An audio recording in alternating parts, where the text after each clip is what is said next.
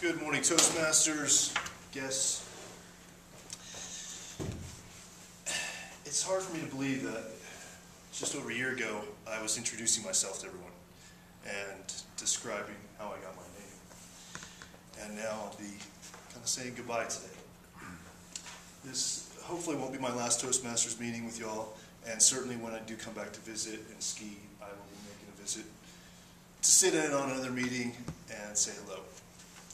But I wanted to take this opportunity to tell you a little bit of what's going on, why we're moving, and then also to get into a second segment of this, which is handle some interview questions. I'm going to ask for some questions from the audience, so think of some interesting ones, and I'm completely unprepared for whatever you have to throw at me, so this should be fun. I would like to do a quick exercise before we get into any of that. And I'd like to take your pad of paper, and for those that know me, I'd like to ask you to write down one word that you think describes me. A single word. And then follow that up by a sentence or two of why you chose that word and why you think that word describes me.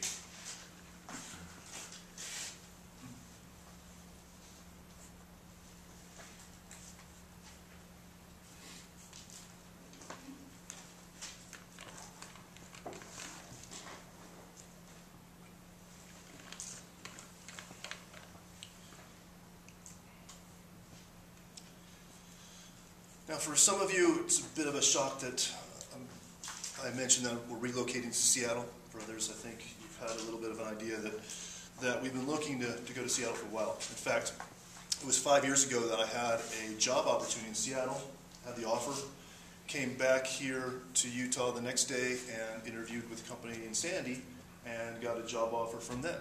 And it was, well, which offer do I accept? And at the moment in time then, I was going to be getting married in a couple months. It felt better to stay in Utah and not worry about relocating and having to get married and do all this other stuff. So I took the position here in Utah. But 5 years, I've been promising my wife that we would end up in Seattle. And it's not often that you get a chance to hit the reset button of life. But I have that opportunity now. I've discussed this with my boss. We've come to an agreement. I have roughly another 4 or 5 weeks to look for a position while finishing my current tasks, which is a great opportunity to be in. And so I'm focusing my sights on Seattle. Been putting resumes out.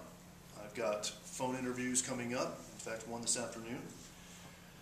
And it looks like it should be sometime in mid to late October that we'll actually be moving. Whether I have a job or not, we'll pack the car up and head up there. And if it takes finding something once we're up there, so be it. Part of the reason of going to Seattle is also some health issues with my wife. I think most of you understand that we missed the Olympics, and part of that was due to my wife's health conditions. Well, she suffers from lupus, and lupus is one of those autoimmune diseases. Your immune system just gets super suppressed, and it also goes overactive, and it actually starts attacking healthy tissue, especially in the joints and major organs like liver, kidneys, those sort of things. One of the big triggers for my wife is the sun. Just being in the sun for 20 minutes is enough for her to start feeling sick, to start vomiting, to not want to be able to get up and do anything in the afternoon. And so when you look at where we are, 7,000 feet, 300 days of sun a year, versus sea level and 30 days of sun a year. It's a big difference there. So it kind of makes sense that we're going to try Seattle. It's a bit of an experiment. We're not sure if that's really going to help so much, but we're willing to give it a shot. So that's some of the reasons that we're going and what we're doing with that. So I'm going to go ahead now and open up the interview portion of this. I'd like you to simply blast questions at me, and I'll answer them just as if I was in the real-life interview situation. Anyone want to start? Well, could you tell us a little bit more about your position you have now and what position you're applying for? Certainly. I am a computer consultant or a computer programmer. I'm not quite certain what roles I'm applying for. There's a bit of a spectrum. I do programming, mostly user interface development. So I work on the user interface, JavaScript, HTML, cascading style sheets, web development kind of stuff. I also do a bit of user experience work, which is meeting with users, finding out what they are trying to do in their daily role and how that interacts with our software, and trying to make our software easy for them to use. And so I'm looking at these two different roles, and a lot of companies, these are very different roles, and in some companies they overlap quite a bit. And I'm trying to find a good position for myself where I do get that overlap. Whether or not I find that right away is an interesting one. You have a question? What would be your perfect position? So my perfect position would be one in which I can use both those skill sets at the same time. One in which I get access to users, I get to find out what they're looking for, how they operate with our software, how they interact with our software, and then bring it back and start a design process and actually start to do some prototyping. So working in the development area, putting together HTML and JavaScript and developing a web interface, and then pushing it back in front of the user to see if that meets their needs. And doing some research with that. And it's an iterative process. Bring that back around when you find that what you've put out there the first time doesn't quite meet their needs. You see that they have an issue with trying to navigate through the site and coming back around and redesigning it. Craig, you had a Can you give question? an example of a project for the last couple of years that you're really proud of, that you took from start to finish, and give us a couple of reasons why you're really proud of it? Certainly. I had the opportunity 4 years ago to be part of a redesign or re-architecture of the software that I'm currently working on. We got to start with a completely blank slate. So, nothing. We had a previous product that was done in a previous technology and did not meet users' needs currently. And we went out and figured out what those users' needs were. And I got to start the design process. I worked with a marketing director to do some of the color coordination and branding, so to speak. I worked with another user experience professional to go out and develop what we call personas, which is a conglomeration of a specific user type. So it might be that master administrator that is going to come into our system and configure the system for people to use. A different persona might be the end user, another user that would come into our system that has completely different needs, and all they need to do is use one part of the system. And so building these personas gives us an idea of looking from the user's perspective, what am I coming to do today? What's my task, so to speak? How am I going to interact with this software? And obviously, a master administrator is going to have a very different task than an end user.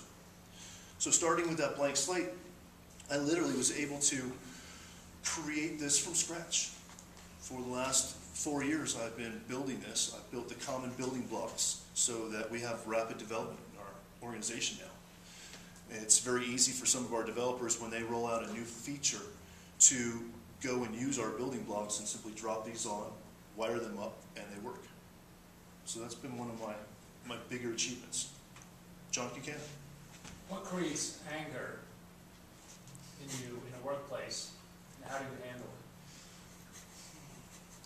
I like to think I'm not someone that flies off the handle and goes crazy with anger, but what does push my buttons are probably two things. One is not having access to the end user, not having that ability to go out and get that feedback that I need in order to do my job properly. And the second is not taking that end user's perspective when developing and designing software. I work with some engineers that never speak to end users. They never get this idea of what is the user looking to do. And so sometimes what our software ends up looking like is a reflection of the underlying architecture of the engineer's model in their mind, which, let's face it, doesn't really work for an end user a lot of the times. So those are probably the two things that anger me a bit. Kathy, or sorry, Stacy. Tell us a little bit about your educational background and any highlights that would be pertinent to your future job. My educational background, I have a degree, actually 2 degrees from Penn State University. I have a bachelor's degree in electrical engineering, and I have a bachelor's degree in computer science. And the reason I have 2 is because at the time I thought I wanted to get into computer engineering. And this is a brand new field when I was starting school. They had actually just started this major, but they were only allowing upperclassmen into it. So I started down this track as a freshman thinking, well, I'll just take classes from both sides of the spectrum so that I can get into this major later on. And I started taking electrical engineering classes, I started taking computer science classes, and about 2 years into it I realized that there was a grade point level that I just missed, and so I couldn't get into the actual computer engineering major. I figured, well, you know, I'm 2 years into this, I'll just keep going down this path. And I ended up with 2 degrees and a little bit lower GPA. But it's interesting because my education hasn't stopped. With computer science, with development especially, you're always learning. In fact, many of you may be aware, but our smartphones now have really pushed the envelope. HTML5 and CSS3 are the new technologies out there right now that I'm currently learning and mastering, and I have to in order to keep going forward in my career. And there's never a day that I'm not learning something. So education's always occurring. Fascinating. You just told me you went to Penn State. What do you think of the Jerry Sandusky? You know, that would take me so much longer to answer than we have time for, so I'm going to pass on that question and get back to you offline. Julio. What should I know about you? I'm sorry, say that again. What should I know about you? What should you know about me? That's a great question. You should know that I'm passionate about the user interface. I'm passionate about making software that people can use easily and actually want to use. I'm passionate about doing things for the right reason. So not skimping, not cutting corners, not taking shortcuts, but doing things for the right reason. And that includes making sure that the user is represented when I'm designing and developing a software solution. So you told me what should I know about you from the professional point of view. What should I know about you as a human being? As an individual, you should know that I like to travel, I like to experience new things, new cultures, meet interesting people. You should know that I have a love of skiing and snowboarding, and that if it's a big powder day, I may be calling in sick. You should know that I have a wife that I love and that I try to do the right thing for. And you should also know that I'm quite passionate about my continuing evolution. I'm quite passionate about improving myself, doing things like taking on leadership tasks and learning more about leadership by investing myself in Toastmasters and becoming a better speaker. I'm truly passionate about continuing to improve myself. Do you have a question? Yeah, there's a question was asked earlier, but you answered the first part of it, but it was as far as anger goes, and I want to expand upon that. What you didn't answer was how do you deal with that? What I'd like to expand is just conflict resolution in general, and world of people who know it all. How do you position yourself within that, and how do you react to that? It's interesting you bring that up, because I have a chief technical officer that is a know-it-all, and is also a bully. And recently we've had a little back and forth in the sense that he'll come right out and not just say what's on his mind, but push buttons purposely. And it is a source of conflict. And it's very difficult to deal with. It's difficult to deal with people that try to get you to go over the edge. And what I like to try to do is realize this is what this person, that is the person. That's what I've got to deal with. Let's be realistic and logical about this and not fly off the handle. And say, listen, Peter, this is my perspective. This is your perspective. Let's discuss this and figure out where we meet in the middle.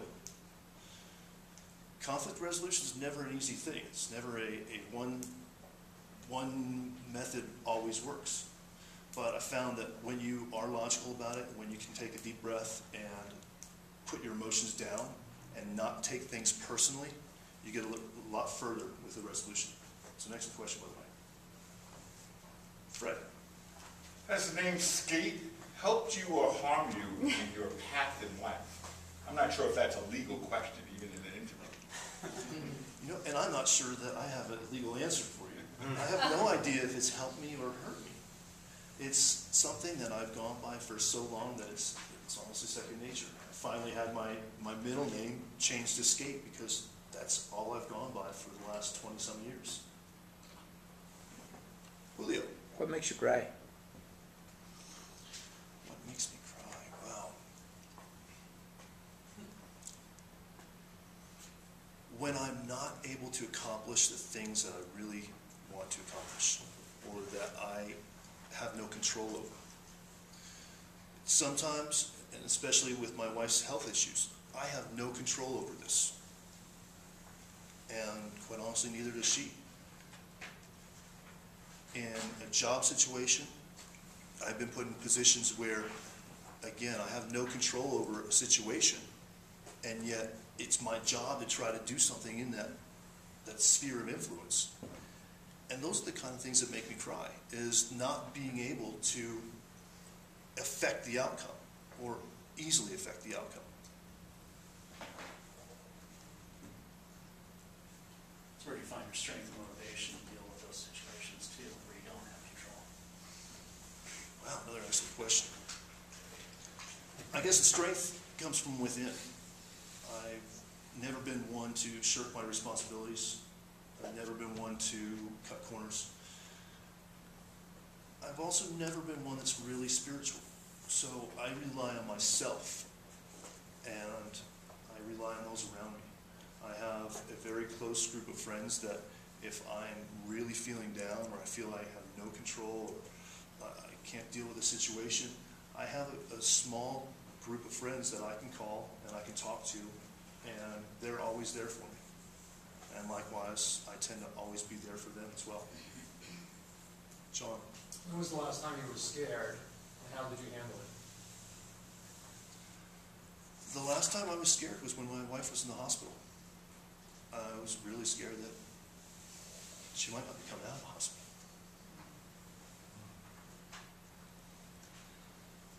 And so I did everything I could do to be by her side as much as possible. And thankfully she's gotten better. We still don't know cause some of those health issues. We're trying to do the right thing and making sure that we put her in a position that hopefully she doesn't have those health issues in the future. But yeah, that was a tough one. Stacy. What are your long-term goals? My long-term goals would be to have a job that I love doing, that I'm continuing to learn from, that I'm continuing to make a difference. And that's one of the bottom things. I want to be able to make a difference. I've realized that the software I work on right now maybe has 100 or 200 users using it. I want to work on something that's bigger. I want to work on something that I can literally make a difference, like a Google or an Amazon or something that a lot of people use. Long term, who knows? I probably will end up starting my own company. I'll probably do something that I really have full control over and can find something where I really can make a difference. I'll take one last question. What would be the catalyst for you to feel like you're ready to start your own company? I think part of it would be to have some financial reserves and to know that I can go after this without worrying about when the paycheck's coming in. There's a lot of unknowns when you're starting your own company. I've actually run my own consulting business before, but that was when I had projects lined up and it was rather easy. To go out there and start from something from scratch, with no income, would be difficult. So I'd have to know that I have some financial reserves. I'd have to test the waters out and know that what I wanted to do would be received well before I jumped in full bore.